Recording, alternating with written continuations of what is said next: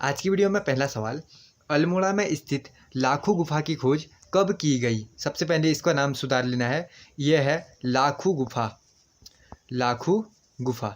चार ऑप्शन आप देख सकते हैं, 1965, 1968, 1970 या फिर 1868। तो इसका बिल्कुल राइट ऑप्शन हो जाएगा 1968, option number B. Option number B हो जाएगा इसका बिल्कुल राइट ऑप्शन। एक और चीज़ लाखू गुफा के बारे में आपको पता होना चाहिए, यह है सुयाल नदी के किनारे है। किस नदी के? सुयाल नदी के। ये भी आपको पता होना चाहिए। बढ़ते हैं नेक्स्ट क्वेश्चन की ओर। अगला सवाल हमसे कहता है, मल्ला महल किले का निर्माण किस चंद राजा ने करवाया था। रुद्रचंद, महेंद्रचंद, सोमचंद या फिर इनमें से कोई नहीं। मल्ला महल किले का निर्माण करवाया है रुद्रचंद ने। तो ऑप्शन नंबर ए हो जाएगा इसका बिल्कुल राइट ऑप्शन। मल्ला महल किला कहाँ है? अल्मोड़ा में है। ये भी आप सभी को पता होगा। बढ़ते नेक्स्ट क्वेश्चन की ओर। अगला सवाल, बाराहोती किस जिले में स्थित है। इंपोर्टेंट सवालों में है बाराहोती किस जिले में है बताइए। बाराहोती है चमोली में। तो ऑप्शन नंबर बी हो जाएगा इसका बिल्कुल राइट ऑप्शन, चमोली डिस्ट्रिक्ट में है। बढ़ते नेक्स्ट क्वेश्चन की ओर। अगला सवाल, गढ़वाल क्षेत्र का सबसे बड़ा और गहरा ताल कौन सा है। चार ऑप्शन आप देख सकते हैं। तो गढ़वाल की बात आएगी तो सहस्त्र ताल हो जाएगा। कौन सा? सहस्त्र ताल। ऑप्शन नंबर ए हो जाएगा इसका बिल्कुल राइट ऑप्शन। और इसमें अगर हम और ऑप्शनों को देखें तो जो ये महासर ताल है, यह दो कटोरे नुमा ताल है। कैसा ताल है? दो कटोरी नुमा ताल है। लेकिन ये इंपॉर्टेंट क्यों है? क्योंकि इसे भाई बहनों का ताल भी इसे ही कहते हैं। इसे कौन सा ताल कहते हैं? और भाई बहनों का ताल। इस तरीके से आपसे पूछा जा सकता है, आपको पता होना चाहिए। बढ़ते हैं दोस्तों नेक्स्ट क्वेश्चन की ओर। अगला सवाल देखो। अगला सवाल हमसे क्या कहता है, आभूषण इमरती किस अंग में पहना जाता है। यह इमरती क्या है? एक आभूषण है। इसे कहाँ पहनते हैं? पैर में पहनते हैं। ऑप्शन नंबर बी हो जाएगा इसका बिल्कुल राइट ऑप्शन। बढ़ते हैं नेक्स्ट क्वेश्चन की ओर। अगला सवाल देखो, नंदा राजात यात्रा तीर्थ यात्रा में कांसवा से होमकुंड तक की दूरी कितनी है। ये क्या है?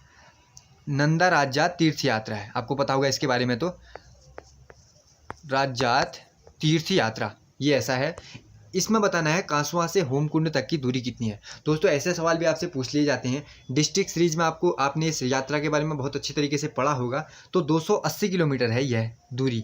कांसवा से होमकुंड तक की दूरी 280 किलोमीटर। बढ़ते हैं नेक्स्ट क्वेश्चन की ओर। अगला सवाल, बागेश्वर जिले का गठन कब किया गया बताइए। बागेश्वर जिले का गठन। तो सबसे पहले एक डेट याद रख लीजिए, 15 सितंबर 1997।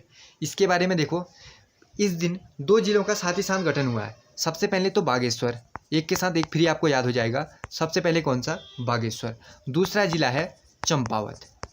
ऐसे याद कर लो, एक डेट याद कर लो और दो जिले आपको कवर हो जाएंगे कि इसका जिला के गठन कब हुए हैं, इन दोनों जिलों के गठन। तो दोनों आपको पता होगी।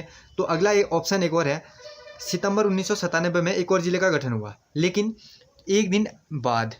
तो अब देख लो, 16 सितंबर 1997 को किसका हुआ? रुद्रप्रयाग का। देखो 3 के 3 जिले आपके ऐसे ही कवर हो गए। 15 सितंबर को 1997 को 2 जिले, फिर 16 सितंबर को एक और जिला रुद्रप्रयाग।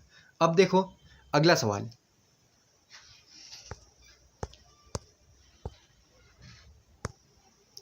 उसके बाद आपको एक और चीज़ याद रखनी है। 30 सितंबर 1995 को, 3 सितंबर 1995 की अगर बात आएगी तो इस दिन उधम सिंह नगर जिले का गठन हुआ है। चारों के चार कवर हो गए ना। बढ़ते हैं दोस्तों नेक्स्ट क्वेश्चन की ओर। अगला सवाल देखो। अगला सवाल, राज्य में राजस्व पुलिस व्यवस्था कब से लागू है। राजस्व पुलिस व्यवस्था आजकल आगामी परीक्षाओं में जो यूके पुलिस के आपका पेपर होने वाला है, उसके लिए ये सवाल क्या बन जाता है? एक महत्वपूर्ण सवाल बन जाता है।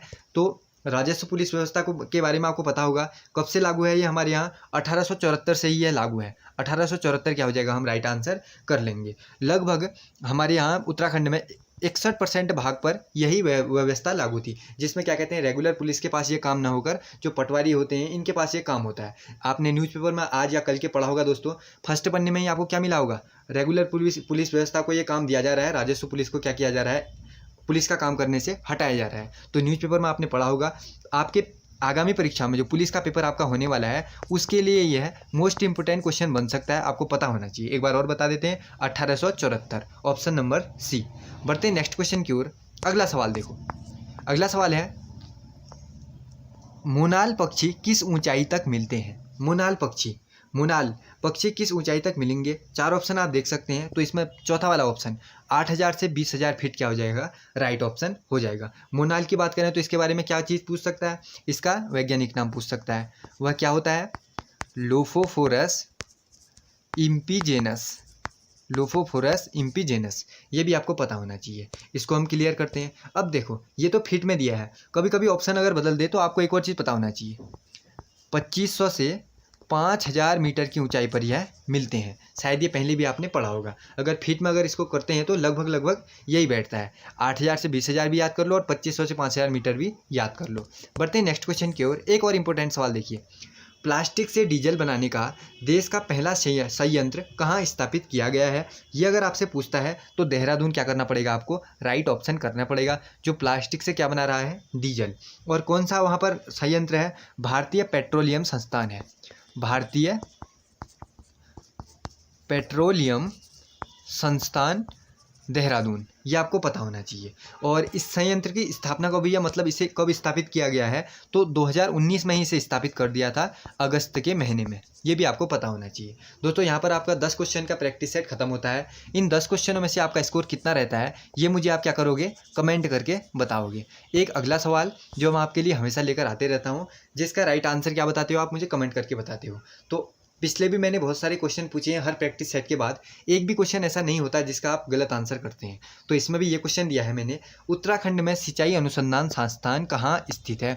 सिंचाई अनुसंधान संस्थान उत्तराखंड में कहाँ स्थित है? इसका आंसर अगर आपको आता हो तो कमेंट करके जरूर बताना।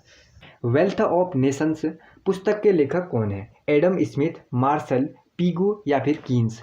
तो ये क्वेश्चन अगर आपको देखने को मिलता है तो एडम स्मिथ हो जाएगा इसका बिल्कुल से राइट ऑप्शन। बढ़ते हैं नेक्स्ट क्वेश्चन की ओर। अगला सवाल, प्लानिंग एंड द पुअर पुस्तक के लेखक कौन है? इस पुस्तक के लेखक कौन है ये भी इंपॉर्टेंट है। B.S. मिन्हास इसका बिल्कुल राइट ऑप्शन हो जाएगा, ऑप्शन नंबर बी। बढ़ते हैं नेक्स्ट क्वेश्चन की ओर। इंडिया इज फोर सेल नामक पुस्तक के लेखक कौन है? तो इस पुस्तक के लेखक है Chitra Subramaniam, option number D हो जाएगा इसका बिल्कुल राइट ऑप्शन। अगला सवाल, पॉलिटिक्स ऑफ चरखा, यह पुस्तक किसने लिखी है? इंपॉर्टेंट सवाल है, मोस्ट इंपॉर्टेंट, हम इसे कर लेते हैं। आगामी परीक्षाओं में आपको देखने को यही सवाल सीधा सीधा देखने को मिल भी सकता है। तो पॉलिटिक्स ऑफ चरखा यह पुस्तक किसकी है? J.B. कृपलानी की, ऑप्शन नंबर सी हो जाएगा वहाँ इसका बिल्कुल राइट ऑप्शन। बढ़ते हैं नेक्स्ट क्वेश्चन की ओर। Most important question, poverty and un British rule in India. Poverty and un British rule in India, आपको क्वेश्चन ध्यान से देखना है। यह किसकी पुस्तक है? यह है दादा भाई नौरोजी की पुस्तक। मोस्ट इंपॉर्टेंट, हम इसे कर लेते हैं। कई सवालों में सीधा सीधा कई पेपरों में देखने को मिला है, आपकी आगामी परीक्षाओं में देखने को मिल सकता है। दादा भाई नौरोजी के बारे में 2-3 चीज़ें मैं आपको और बताना चाहूँगा जिस टाइप के क्वेश्चन इनसे बन जाते हैं। सबसे पहला देखो, कांग्रेसी नेताओं में किसे महान वृद्ध पुरुष कहा गया है? एक क्वेश्चन बन जाता है, कांग्रेसी नेताओं में किसे महान वृद्ध पुरुष कहा गया है? तो उसका राइट ऑप्शन हो जाता है दादा भाई नौरोजी। दूसरा क्वेश्चन इनसे बन जाता है, भारत की राष्ट्रीय आय की आकलन सबसे पहले किसने किया? राष्ट्रीय आय का आकलन सबसे पहले किसने किया? तो इसका भी राइट ऑप्शन हो जाता है दादा भाई नौरोजी। अब अगला सवाल देखिए। अगला सवाल इनसे बन जाता है, ब्रिटिश संसद में सदस्य बनने वाला पहला भारतीय कौन था? क्या बन जाता है? ब्रिटिश संसद में सदस्य बनने वाला पहला भारतीय कौन था? तो इसका भी राइट ऑप्शन हो जाता है दादा भाई नौरोजी। एक और क्वेश्चन देख लीजिए, ब्रिटिश हाउस ऑफ कॉमन्स, ये इंपॉर्टेंट है, ये भी इंपॉर्टेंट है। इसे देखो, ब्रिटिश हाउस ऑफ, ध्यान से इसको साथ साथ लिखते भी जाइए, कॉमन्स, इसमें चुने जाने वाला पहला भारतीय कौन था? अगर ये पूछता है तो उसका भी राइट ऑप्शन हो जाता है दादा भाई नौरोजी। तो इस सबको आपको याद करना है। तो poverty and un British rule in India भी किसकी है? दादा भाई नौरोजी की है। बढ़ते हैं नेक्स्ट क्वेश्चन की ओर। भारत के लिए नियोजित अर्थव्यवस्था पुस्तक के लेखक कौन है? ये पुस्तक भी इंपॉर्टेंट है, तो M विश्वेश्वरैया इसका बिल्कुल राइट ऑप्शन हो जाएगा। अगला सवाल देखिए, फ्री ट्रेड टुडे पुस्तक के लेखक कौन है? तो फ्री ट्रेड टुडे किसकी पुस्तक के लेखक अगर आपसे पूछा जाता है तो जगदीश भगवती इसका बिल्कुल राइट ऑप्शन हो जाएगा, ऑप्शन नंबर बी। बढ़ते हैं अगले सवाल की तरफ। एशियन ड्रामा किसकी प्रसिद्ध पुस्तक है? एशियन ड्रामा किसकी है? गुरनार मिडल, ऑप्शन नंबर सी हो जाएगा इसका बिल्कुल राइट ऑप्शन। साथ साथ आप अपनी बुक में भी नोट करते रहिए। अगली एक और इम्पोर्टेंट सवाल जो बार बार पूछ लिया जाता है, ये भी, दास कैपिटल किसकी प्रसिद्ध पुस्तक है? तो दास कैपिटल किसकी है? कार्ल मार्क्स की। किसकी? दास कैपिटल किसकी? कार्ल मार्क्स की। बढ़ते हैं अगले सवालों की तरफ। नेक्स्ट क्वेश्चन, वाणिज्यिक पत्रिका वाणिज्य का प्रकाशन कहाँ से होता है? नए सवालों में है, अगर नए सवालों में ये क्वेश्चन अगर आपसे पूछा जाता है तो इसका बिल्कुल राइट ऑप्शन करना पड़ेगा आपको, मुंबई से होता है। अगला सवाल देखिए, योजना पत्रिका का प्रकाशन कहाँ से होता है? योजना पत्रिका, 4 ऑप्शन आप पढ़ सकते हैं। कहाँ से होता है? सूचना एवं प्रसारण मंत्रालय के यहाँ से। सूचना एवं प्रसारण मंत्रालय क्या हो जाएगा इसका बिल्कुल राइट ऑप्शन हो जाएगा। ये देखिए एक और फेवरेट सवाल, एसएससी की बहुत सारी परीक्षाओं में ये पूछा जा भी चुका है, हो सकता है यूकेपीएससी की परीक्षाओं में भी ये सीधा सीधा आ जाए। बहुत सारी ऐसी परीक्षाएं हुई हैं जिसमें ये पहले ही पूछा जा चुका है कि गोल्डन हैंडशेक स्कीम का किससे संबंध है? गोल्डन हैंडशेक, इसका संबंध है स्वैच्छिक सेवानिवृत्ति से। ऑप्शन नंबर डी हो जाएगा इसका बिल्कुल राइट ऑप्शन। बढ़ते हैं नेक्स्ट क्वेश्चन की ओर। अगला सवाल देखिए, किन 4 देशों को एशियन टाइगर कहा जाता है? किन 4 देशों को एशियन टाइगर कहा जाता है? हांगकांग, सिंगापुर, दक्षिण कोरिया और ताइवान। ऑप्शन नंबर ए हो जाएगा इसका बिल्कुल राइट ऑप्शन। अगर क्वेश्चन देख लीजिए आप, एशियन टाइगर की बात आएगी तो option number A, Hong Kong, Singapore, दक्षिण कोरिया और ताइवान इसका बिल्कुल राइट ऑप्शन। अगला सवाल देखो, अगला सवाल क्या कहता है हमसे, अर्थशास्त्र का नोबेल पुरस्कार किसने स्थापित किया था? एक और इम्पोर्टेंट सवाल देखो, अर्थशास्त्र का नोबेल पुरस्कार किसने स्थापित किया था? तो इसका बिल्कुल राइट ऑप्शन क्या हो जाएगा? 4 ऑप्शन देख सकते हैं आप, चारों के 4 ऑप्शन, अल्फ्रेड नोबेल, नोबेल समिति, स्वीडन का सेंट्रल बैंक या फिर विश्व बैंक। तो इसका बिल्कुल राइट ऑप्शन हो जाएगा स्वीडन का central bank. Option number B हो गया इसका बिल्कुल राइट ऑप्शन। अगला सवाल, द फ्यूचर ऑफ इंडिया नामक पुस्तक के लेखक कौन है? तो विमल जालान। न्यू सवाल है, एकदम नया है, नया नया ही आजकल पूछा जा सकता है, तो ये भी आपको पता होना चाहिए। अगला सवाल देखो, किस अर्थशास्त्री को अर्थशास्त्र का जनक कहा जाता है? किसे कहा जाता है? एडम स्मिथ को कहा जाता है। ऑप्शन नंबर क्या हो जाएगा? डी इसका बिल्कुल राइट ऑप्शन हो जाएगा। अगला सवाल, मध्याह्न भोजन योजना संबंधित नहीं है। अब देखो, मध्याह्न भोजन योजना संबंधित नहीं है शैक्षिक उन्नतीकरण से, सामाजिक समता से, शिशु पोषण से या फिर भोजन के अधिकार से। शैक्षिक उन्नतीकरण से है, सामाजिक समता से भी है, शिशु पोषण से ये तो होगा ही। तो भोजन का अधिकार अलग सा ऑप्शन है, तो भोजन के अधिकार से ये संबंधित नहीं होगा। अगला सवाल, आधार एक कार्यक्रम है, जो आधार है तो होता है, यह कार्यक्रम किससे जुड़ा है आपको पता होगा? भारतीय नागरिकों को पहचान उपलब्ध कराने हेतु, जो पहचान वगैरह का उपलब्ध हमें कराता है वह कार्यक्रम है आधार। अगला सवाल देखिए, यहाँ से हो चुके हैं अब जो अधिनियम आए या फिर नई योजनाएं आई उनके बारे में सवाल। न्यूनतम मजदूरी अधिनियम कब लागू किया गया? सबका फेवरेट सवाल, खास करके एसएससी का। तो न्यूनतम मजदूरी अधिनियम यह कब लागू किया गया? 1948 से। तो ऑप्शन नंबर बी हो जाएगा इसका बिल्कुल राइट ऑप्शन। इंदिरा गांधी आवास योजना किन लोगों को आवास देता है? किन लोगों को देता है बताइए? विकलांगों को देता है क्या? खाली विकलांगों को ही देता है? नहीं देता है। अनाथों को ही देता है खाली? नहीं। गरीब नगर वासियों को आवास देता है, नगरों में निवास करते हैं उनके लिए है, या गाँवों में निवास करते हैं उनके लिए है? तो यह है गाँवों में निवास करने वाले ग्रामीणों के लिए, जो गरीब लोग हैं। अगला सवाल देखो, संगम योजना किससे संबंधित है? ये भी मोस्ट इंपोर्टेंट क्वेश्चन है। संगम योजना सीधे सीधे पेपरों में आ जाने वाला, आपके कांस्टेबल के, पुलिस के या फिर फॉरेस्ट गार्ड के पेपर में आपको देखने को मिल सकता है। तो संगम योजना है ग्रामीण क्षेत्रों के विकलांगों के लिए, इनसे संबंधित है। बढ़ते नेक्स्ट क्वेश्चन की ओर, ट्रिप्स और ट्रिम्स यह पद किससे संबंधित है? तो इसका बिल्कुल राइट ऑप्शन हो जाएगा option number B. Option number B. अगला सवाल, कार्ल मार्क्स किस देश के थे? कार्ल मार्क्स की अभी एक पुस्तक आई थी, आपने पीछे पढ़ी वो। अब पूछा जा रहा है कि कार्ल मार्क्स किस देश के थे? यह कहाँ के थे? जर्मनी के थे। ऑप्शन नंबर ए हो जाएगा इसका बिल्कुल राइट ऑप्शन। इनकी पहले हमने एक किताब पढ़ी थी, कौन सी पढ़ी थी किताब? Das Kapital. कौन सी किताब पढ़ी थी? Das Kapital. ये भी आपको पता होना चाहिए, पीछे आप इसे पढ़ चुके हो। कार्ल मार्क्स की पुस्तक दास कैपिटल कब प्रकाशित हुई? देखो, एक पहले किताब पढ़ ली हमने, फिर पढ़ लिया यह कहाँ से थे। अब बताओ कि इनकी पुस्तक प्रकाशित कहाँ से हुई, कब हुई? तो 1867 में इनकी पुस्तक प्रकाशित हुई। अगला देखो, कौन सी योजना भारत सरकार द्वारा आरंभ नहीं की गई है? वृद्धावस्था पेंशन योजना आरंभ में है, कुटीर ज्योति योजना ये भी लगी हुई है, भारत निर्माण योजना ये भी है, तो जीवन तरंगा अलग सा ऑप्शन है, तो ऑप्शन नंबर डी को क्या कर लेते हैं हम यहाँ पर राइट कर लेते हैं। नेक्स्ट क्वेश्चन दोस्तों, इसी लेवल के क्वेश्चन आपको देखने को मिल सकते हैं। जी के आपको बहुत अच्छी तरीके से वहाँ तैयार करके जाना है, इस तब आप पेपर में अपना अच्छा स्कोर वहाँ कर सकते हैं। मेक इन इंडिया के बारे में आप सभी लोगों को पता होगा, उसका लोगो क्या हो, उसके लोगो में कौन सा है बताइए। देखो हाथी है नहीं, कंगारू भी नहीं है, दो ऑप्शनों में कन्फ्यूजन हो सकता है आपको, शेर और चीता। तो चीता नहीं है, वो क्या है, शेर है।